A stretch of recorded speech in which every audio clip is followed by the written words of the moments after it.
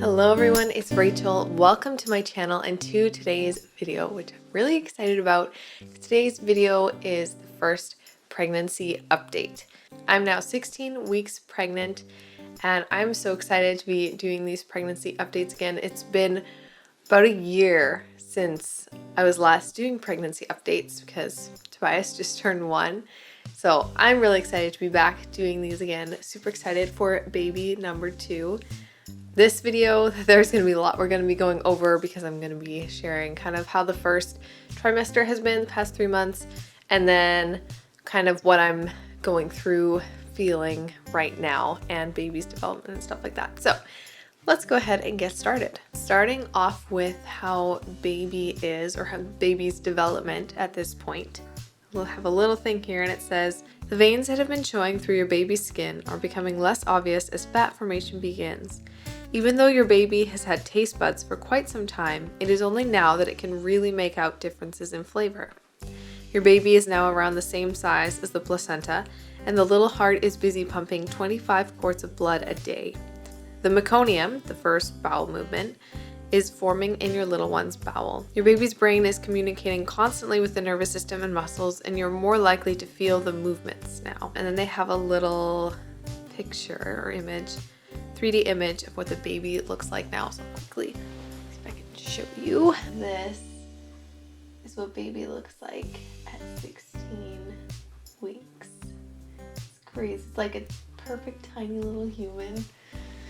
By the way, I'm using the Pregnancy Plus app. This is an app I found before I was pregnant with Tobias, and then I forgot about it when I was pregnant with him. So I found it again, and I actually really like this. It's got like a whole bunch of different lists and stuff. It's got like a kick counter, contractions, your hospital bag list. It's got babies, the weekly little blurb like I just read about baby and the image. It's also got their size and like, you know, their size by like fruit or whatever, which baby is the size of a navel orange.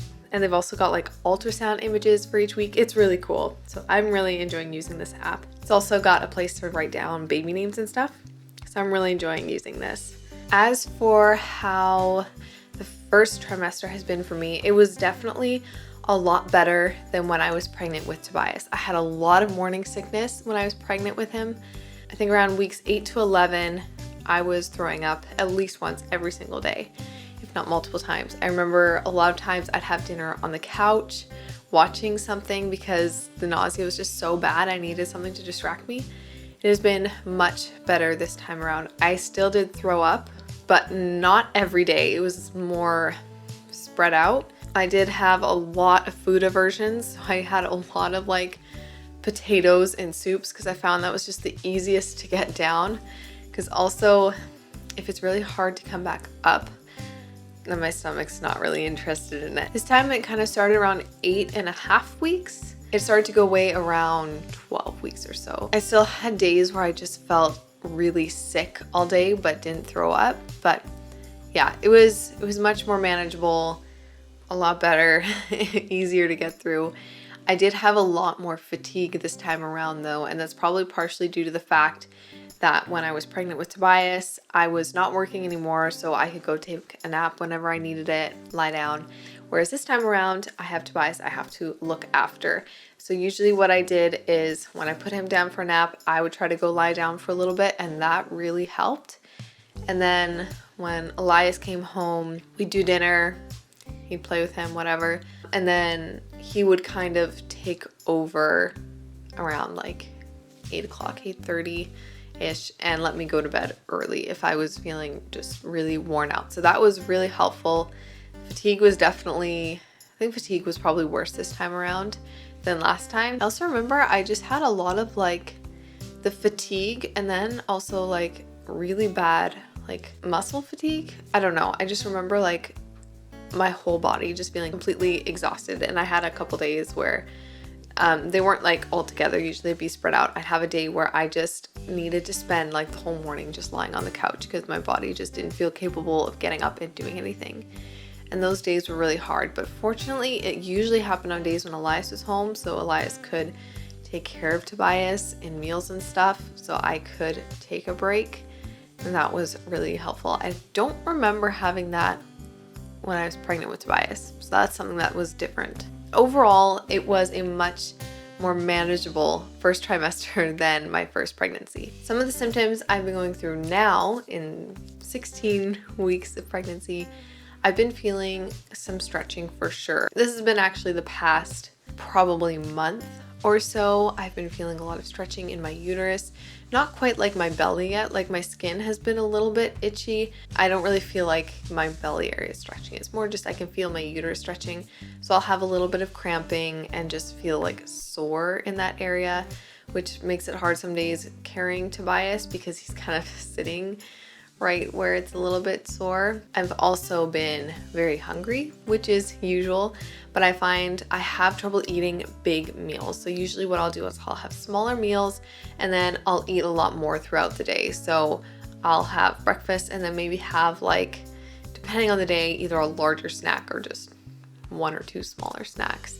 And then lunch, and then I'll probably have a bigger snack in the afternoon or multiple snacks.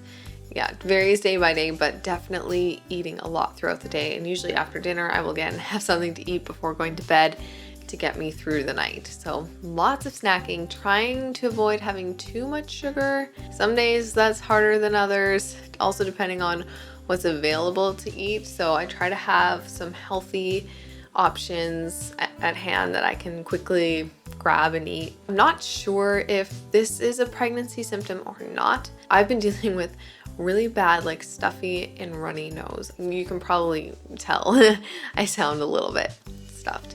I don't know if that is part of the pregnancy or allergies. I've had a little bit of it for months now, but it got really bad probably when I was about 8.5, 9 weeks pregnant. It just escalated and it's been horrible. I know pregnancy can cause stuffy nose because your body is creating extra mucus, that kind of thing. So I don't know if it is that or if I just got hit with some sort of allergy. I'm not really sure. I just know it's not been very fun to deal with. Another pregnancy symptom, and this is kind of normal, is tender breasts. I didn't have it as much in the first trimester, which, you know, usually that's one of the symptoms that you're pregnant is you feel a little tender in that area, but I didn't. I think that's probably partially to do with the fact that I am still breastfeeding, but I've noticed in the past couple weeks I've been a little bit more sensitive and breastfeeding is a little bit more uncomfortable than it used to be. So something different we are doing this time around is I actually am seeing a midwife instead of a doctor, or midwives, I guess. I have a group of midwives. This is actually something I looked into when I was pregnant with Tobias, but decided not to do. So I went with the doctors at the hospital. I didn't have an OBGYN or anything. It was just any doctor that was available in the, like, maternity unit at the hospital. But this time I decided I wanted to go with a midwife. So far I have been really enjoying it. They are such sweet ladies and the visits have been going really well and really smoothly. Some of the reasons behind wanting to do a midwife this time is that when I was pregnant with Tobias, they just had any doctor available seeing me. And then the doctor that delivered him was actually a doctor I had never even met before. So this time around, I wanted to at least have met the person that is going to be delivering the baby. And with the midwives, what they do is they try to, at each appointment, rotate through who you're seeing so that you at least get to meet everybody once, if not multiple times.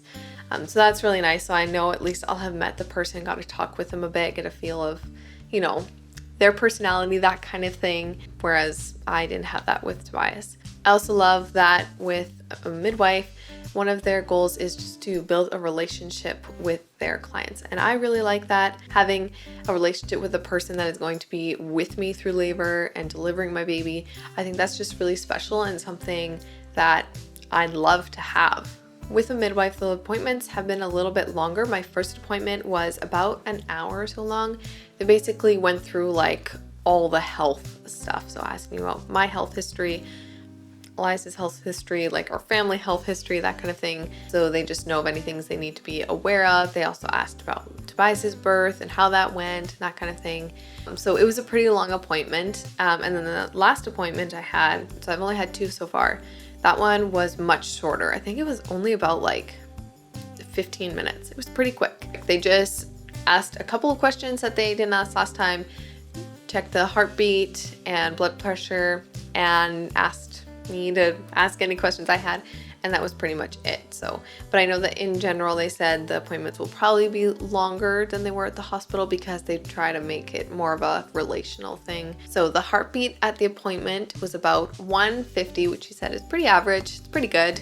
No concerns or anything. She was actually worried she might not be able to find the heartbeat right away just because, you know, baby still is, it's pretty small, but she found the heartbeat right away. So she was saying it was like baby wanted to be heard. And then at the end, the baby gave a little bit of a kick, which is fun. I have my next ultrasound coming up at the end of this month, and that's usually when you would find out the gender of the baby. But this time we are not going to find out the gender.